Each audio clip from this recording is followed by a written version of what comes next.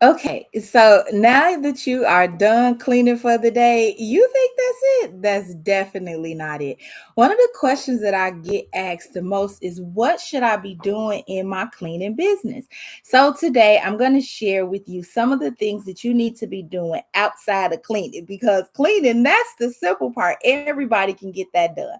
So I am Tequila Jared. I'm the $1 Million Cleaning Coach, and I'm in the business of teaching you residential and commercial cleaning service owners how to increase your bottom line.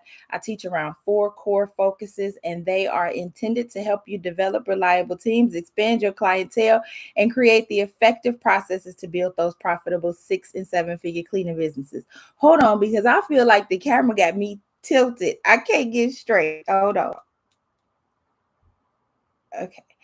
As you see, I am doing a few different platforms trying to see what is going to work best for my YouTube because it's just, y'all, I've been having challenges, but we are here and let's go ahead and get into it. Listen, if you are new here, welcome, welcome, welcome. Thank you so much for joining. Make sure that you hit that subscription button, turn on that notification bell, and share this video out to all of your cleaning friends. Okay. Because we're doing big things over here, okay? We are moving and things are going really, really fast. And I want to make sure that you guys understand some of the importances or the things that you need to be doing outside of cleaning, right? So the very first thing that I want you guys to think about is I want you to think about um how I say I teach around 4 core focuses, right? And what they are intended to do is pretty much to get you to a higher revenue income level, right? And without these things in place, it's going to be really, really hard for you to stay organized, to manage all of your clients, to manage your staff, heck, to manage yourself because it's not easy. Okay, so when you think about your business, those 4 core focuses, the very first one is marketing, right?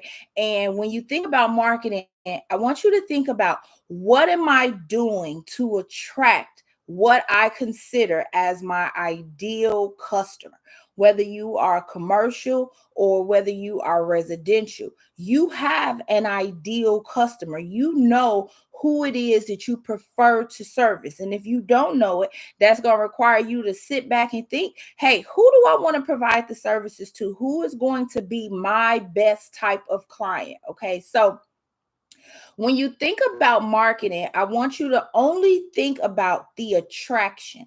It's not the sales, it's not actually doing the cleaning, it's not any of the bells and whistles. It's literally you putting practices in place to make sure that the people that you want to do business with know that you're out there. Okay, so when you think about marketing, your marketing is everything from your annual marketing calendar, because we know that as a business, one of the things that you should be doing starting kind of like now is planning out what you want to do for the next year, right? So when I say that, that's looking at what I did in my business the previous year, kind of what really, really worked, what brought me in the leads that I was looking to secure so that I can make sure that I had the numbers, because I know what my conversion rate is, right? So if I know I have a 5% conversion rate, that means how many people do I need to attract as far as leads in order for me to convert those into sales? You a cleaning business, but it's still about conversion. It's still about sales. It's still about numbers, because without any of that, you have no business, right? So the most important thing that you can be doing in your business is getting leads, whether that's people to work for you or customers for you to work for, right? They're both vital and essential to the growth of your business, because if you don't have leads, the moment that your leads dry up, the moment that your pipeline dries up, guess what? Your business will dry up. What if you don't go out and secure any more clients and you say, hey, I'm comfortable with these 20 people that I'm servicing every month, right? And what if next week, 3 of those people hit financial challenges, right? And they say, hey, I need to cut something out of my budget. And the first thing to go is the cleaning service. So now that 20 that you were comfortable with is now 17, but your pipeline is dry. So that means you literally starting from the beginning of that nurturing process to get that what you call a lead, a prospect to actually convert over to a customer. Especially if you on the commercial side, it's more critical for you to have a pipeline full of potential customers than for you to allow that pipeline to dry up. Because on the commercial side, guess what? Just like I just had a consult with a student that's responding to a RFP. This RFP is for 3 years. So that means this one organization is not available for you to potentially get a new contract with for 36 months.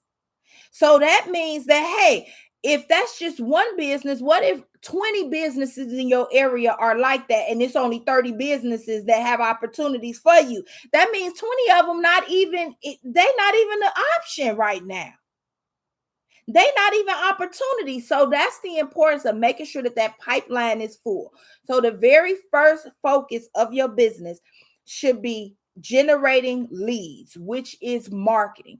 If you don't attract the people, which is potentially a prospect or a lead, you have no business. So everything that goes into your lead generation, everything that goes into you attracting that person, and it's not just social media, it's so many more avenues and ways for you to stay top of mind, for you to stay top of mind.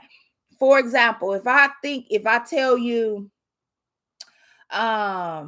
give me a gym shoe, or what type of shoes do the kids wear, you'll automatically say something like Nikes or Jordans. Why? Because that's all we see, that's all we hear, right? So you want to think about, how can I get in front of as many people as possible, as often as possible, to generate as many leads as possible? That's your first focus, okay? From there, your second focus needs to be sales, because once you have these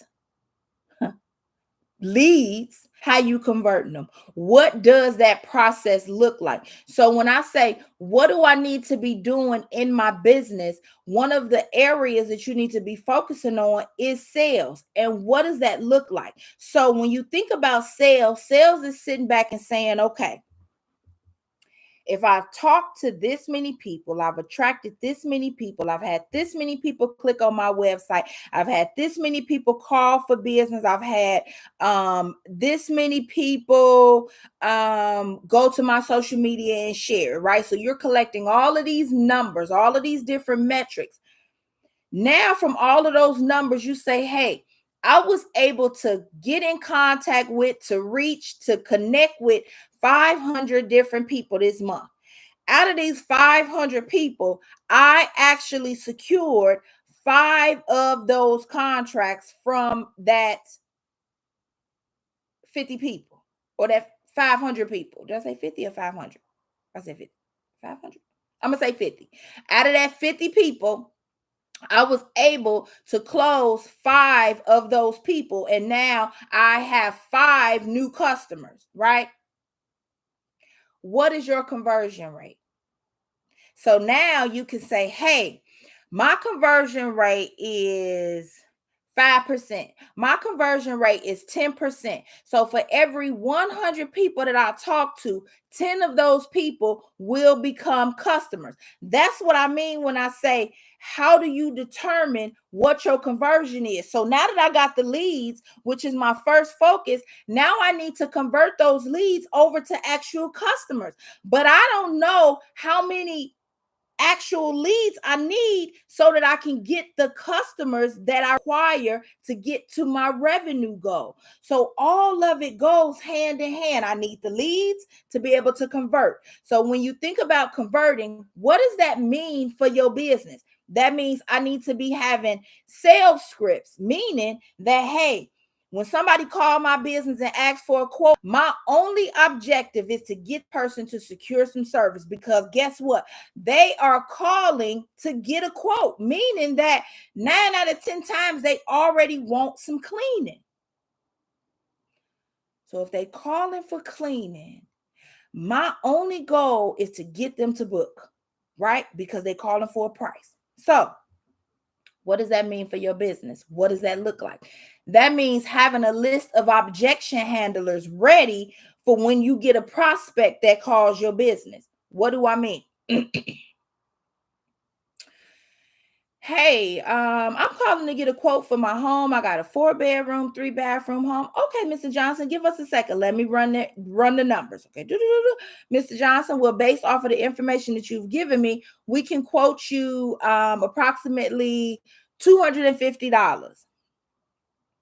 Ooh, 250. That's more than what I wanted to pay. Your job as the salesperson of this organization is to stop Mr. Johnson in his tracks. Hey, Mr. Johnson. So what I'm hearing is that the price is an issue for you. So if we took the price off of the table, what's most important to you when it comes to getting your home clean? Let Mr. Johnson tell you what's most important to him. Okay, Mr. Johnson. So if trusting your cleaning company or being somebody who is transparent, you like open communication, well, that's exactly what you will get here if we just want to clean. Mr. Johnson, let me tell you what we do. After every cleaning, we send out a customer, we send out a quality control inspection, or our team lead has a quality assurance checklist that is checked off and is left for you so that you can go back and make sure that everything that we told you we would do is done. We send out communications to our customers, often giving them promotions, updates on the company, informing you about new hires. So is that the type of communication that you're looking for from your cleaning service, Mr. Johnson? You know what? That sounds good. Well, Mr. Johnson, we definitely the company that you want to work with. We got 52 5-star reviews. So your goal is to have objection handlers ready for when Mr. Johnson tell you that the price is too high. So that's a part of something that you should be, when you're not working, putting together, right? That's one of your sales focuses, one of the things under that focus that you should be focused on. So when you think about, I'm done with my cleaning, what do I need to be doing in my business? This is all that stuff that nobody sees. This is how you prepare. This is how you create that amazing client experience, because working with your business should be an experience where they were so thoroughly impressed that they couldn't wait to tell other people about your business. This is the mindset that we need to get around, because why? It's getting really, really competitive. And you have to have a way that you can stand out amongst the crowd. Customer experience is one. So having those objection handlers is a part of what? Your sales process. Having written scripts as far as what it looks like when somebody calls your business for a quote. So every time somebody calls your business, they should be able to have the same conversation. Your team should be asking the same questions. Why? Because if not, then there's an opportunity that valuable information was missed. Right? There was your opportunity to get information that you needed to give that quote that you didn't get. There were questions that needed to be asked that you didn't ask. Why? Because you don't have written guidelines as to what the process is when somebody calls your business. So one of the tasks under your sales should be written sales scripts to follow for intaking a prospect, or intaking a new customer, right? So what does that look like in your business? That might look like you creating a Google form that every time somebody calls your business to get a quote on that Google form, you're able to collect all of the information and then it's stored on a Google sheet. So now when you get ready to go back and compose maybe that email or give that person that quote, you're able to pull out those really important things that were features to them that they were looking for. So what is it that would make this an amazing experience for you, right?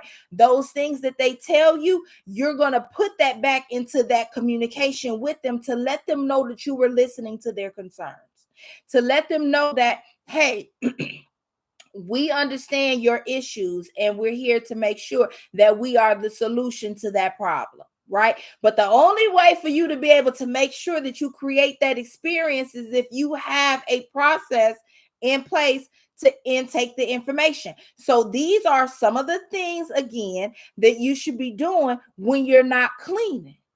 Because yes, you the cleaning lady, or yes, you the cleaning man, right? Or yes, you the cleaning contractor, but cleaning is the easy part. It's everything that you got to do behind the scenes that's going to allow you to duplicate the business and remove yourself as the owner to be able to enjoy the freedom that you started this business for. Why go into business for freedom if you never take the time to create the processes and the systems that are going to allow you to have that freedom? Focus number 3 is your production. Okay, so we know that first we need the leads. The leads consist of not only the clients, but also leads for employees, right?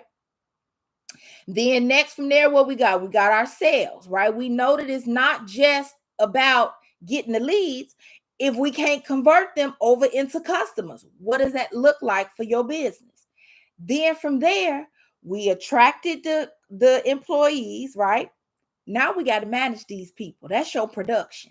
So that's everything that goes into you actually rendering this service. So as you see, we ain't talking nothing about actually cleaning up until now. Because the cleaning ain't gonna do you no good if you don't have to lead. And if you ain't able to convert them leads over into customers, you ain't gonna have nothing to clean anyway, right? So the next thing is your production, and that's everything that goes into you providing this amazing service. So what does that look like? What do you envision for your staff to wear, right?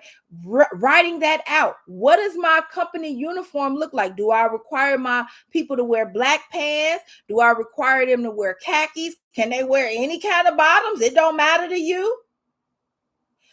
Are they wearing collared shirts or t-shirts? Are they going to be embroidered? Are they going to be WordPress, right? So you need to be imagining what do I want my team to look like? Okay. Then another action within this focus of your business should be your productivity. What does it look like when my teams go into customers' homes? How do they clean the home? Is there a workflow? Is there one person that focuses on one major area and then another person that focuses on another major area? For example, in my business, we had the kitchen person and we had the bathroom person. Those are two major areas in the home. And then their workflows were created around balancing out the remainder of the home, right? So creating that. What type of material and supplies are you going to be using? So as a business, right, you should have a list along with all of the MSDS sheets, right? How the dilution works, what products are you using, and what are they for? What tools do you use? Do you use pumice stones or do you use steel wool, right? So you should have a clear list of products that you use for your business and tools that you use for your business and what those tools are for. That's a part of your production because How can I duplicate my company if I haven't created the list of products that we've been using for the last 5 years? Because now I'm ready to expand and remove myself from the daily operations, but I haven't created this list of what we use to make sure that the results can be duplicated for the next 5 years, for the next 10 years. So again, this is a task that outside of the cleaning is the easy part, but there are so many things that we need to create within our business so that we can have a duplicatable system. If I want you to start to get that word in your head, right? Like get hypnotized with duplicatable. So every time you think about doing something in your business, have I created a system where it's duplicatable? Have I created a process where if I have to take a week off, somebody can actually do it? Is it somewhere written where it's easily accessible and it can be done and copied because I have the steps written out? That's what you need to be doing in your business after the cleaning. The work doesn't stop once the cleaning is done. Again, that's the easy part. Now is the part that most of us don't want to sit down and do, but is oh so necessary. Until you create the processes, guess what? You will always be working in your business. Until you create the processes, you will always be working in your business. So, for example, you just hired 2 new cleaners, but you don't have a training program in place. You want them to clean the restrooms the way that they clean them at home, or you want them to clean the restrooms the way that you've been cleaning them for the last 3 years and your customers are highly satisfied? I'm just looking at y'all like y'all looking at me. I'm just saying, how do you want them to clean? So if you hire them and you don't have a written, okay, I'm going to say this one more time. If it's not on paper, and when I say on paper, I mean just that. If it's not on paper, it does not exist. I can't get in your head, but I can read off of this paper. So if it's not written, it does not exist. So you just hired these 2 new people and you don't have a training program in place. How long do you expect your consistency to remain at a high level? That's a serious question. Like I'm being really serious here. If I haven't created what I want you to do in every room of the home, how I want you to dust, how I want you to make the beds, because as a company, every last one of your clients that you make their bed for, their beds should all look the same. The sheets should be tucked the same way every single time. I'm just saying. But if you haven't trained your people how to make the beds, they're going to make their bed, your clients' beds, the same way they make their beds at home. So when you think about your business, think about it like this. First comes the leads. Without the leads, there is no business. Go back and listen to what I mean when I say that. Then comes the sales. You can have all the leads in the world. If you ain't figured out how to turn them leads over into customers, how to convert them, it don't do you no good to have all these leads. From there, we got our production, right? Because now we need to be able to provide the service to these people that we just converted. Okay. And it's a bunch of things that need to happen up underneath production. Okay. From there, what's the last thing that we got to do? We got to wow these people. We got to wow them. This is all of the stuff that take place and nobody never, ever sees. So those are what does that customer experience look like, right? That's you creating an automated email sequence that goes out to every customer when it's their birthday. But if you didn't take the time to create that intake form, that you make sure that during your sales process, when they onboard, when not onboarding, I'm sorry, when they are intaking that prospect's information and they didn't ask what's their birthday, month and year, how you gonna be able to send them that automated birthday with that coupon code or whatever it is that you send in your birthday emails, $10 off your birthday cleaning, right? How you gonna send that if you didn't collect the information? Because I guarantee you, if you don't have it on a form somewhere written every single time you answer that phone, you're going to forget to ask that prospect or that new customer that's about to get their cleaning when their birthday is. So it's literally y'all sitting down and saying, I'm done cleaning. What does my business look like in terms of marketing? What am I doing to attract the people? That's everything. What does my business look like in terms of sales? How do I convert these leads over into actual customers? Then, after I've converted them over into customers, what does it look like on the production end? Okay.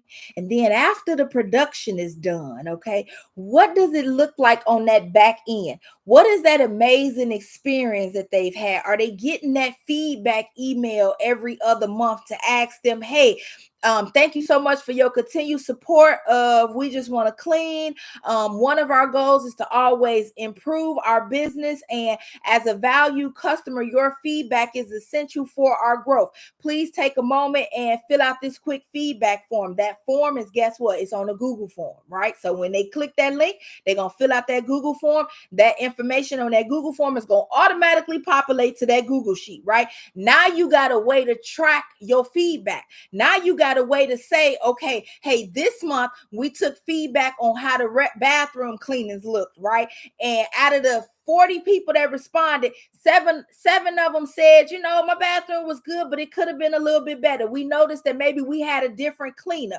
We noticed that maybe the towels weren't put back the same. So that information that you collecting on that Google sheet, what is it now? It's now giving you information that you need to improve. Okay, I see that. Hey, we brought 2 new team members on in the month of let's say May, and we noticed that our feedback said that the bathrooms could have been a little bit better. Let me see if one of those new cleaners cleaned the restrooms of the homes of the people that said the bathrooms could have been better. If you notice that new cleaner that you just hired was one of the cleaners that was responsible for the bathrooms of the 7 people that told you the bathrooms could have been better, hey, that's a ding ding ding. I need to go do a little bit more training with this bathroom cleaner because we've been getting complaints. So now when you go address the bathroom cleaner, hey, first, I want to thank you for doing an amazing job. But there were some things that we wanted to point out just to ensure that all of our customers are receiving the same amazing bathroom cleanings. Okay. So these are some things or some areas of focus that we wanted to pay attention to. That's it. That's all. And we're going to go over that again. Thank you for, being a valued member of our team. Our goal is to ensure that our customers are highly satisfied at all times, right? So that's that back end experience. That's that wowing the customer, right? That's that letting them know, hey, we value you for being here. But that's all of the stuff that they don't never see you putting together. But that requires you to do the work once the cleaning is done. Because you can't put the emails together. You can't compose these amazing, thank you letters and referrals and feedback forms and intake forms. And you can't do all of that while you cleaning. So there's so much that needs to be done in your business in order for your business to be able to do what? Be duplicatable. Say it with me. Duplicatable. One more. Duplicatable. Okay. If it ain't duplicatable, you're going to be in it forever. That's it. That's all. And I can really end it on that. If it ain't duplicatable, you're going to be in it forever. So if your goal when you started this business was freedom, whatever that freedom looks like for you, whether it's freedom to buy whatever you want, whether it's freedom to take off whenever you want, whether it's freedom to be home with your kids every night, whatever the freedom is, if you do not create systems and processes that are duplicatable, you will never achieve the freedom that you thought this business or any business was going to bring. All right, y'all. So listen, make sure that you like this. Make sure that you share this out because I know there's some cleaners out there that need to really understand what they need to be doing in their business. Make sure that you hit the like button or the thumbs up. It's a thumbs up over here. Okay.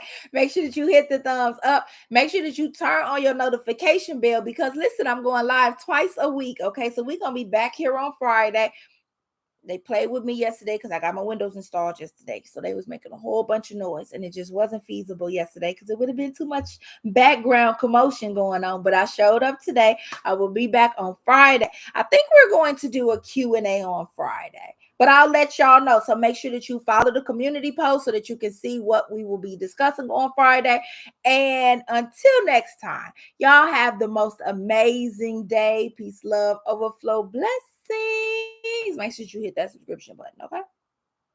I don't want to have to keep telling y'all. Bye.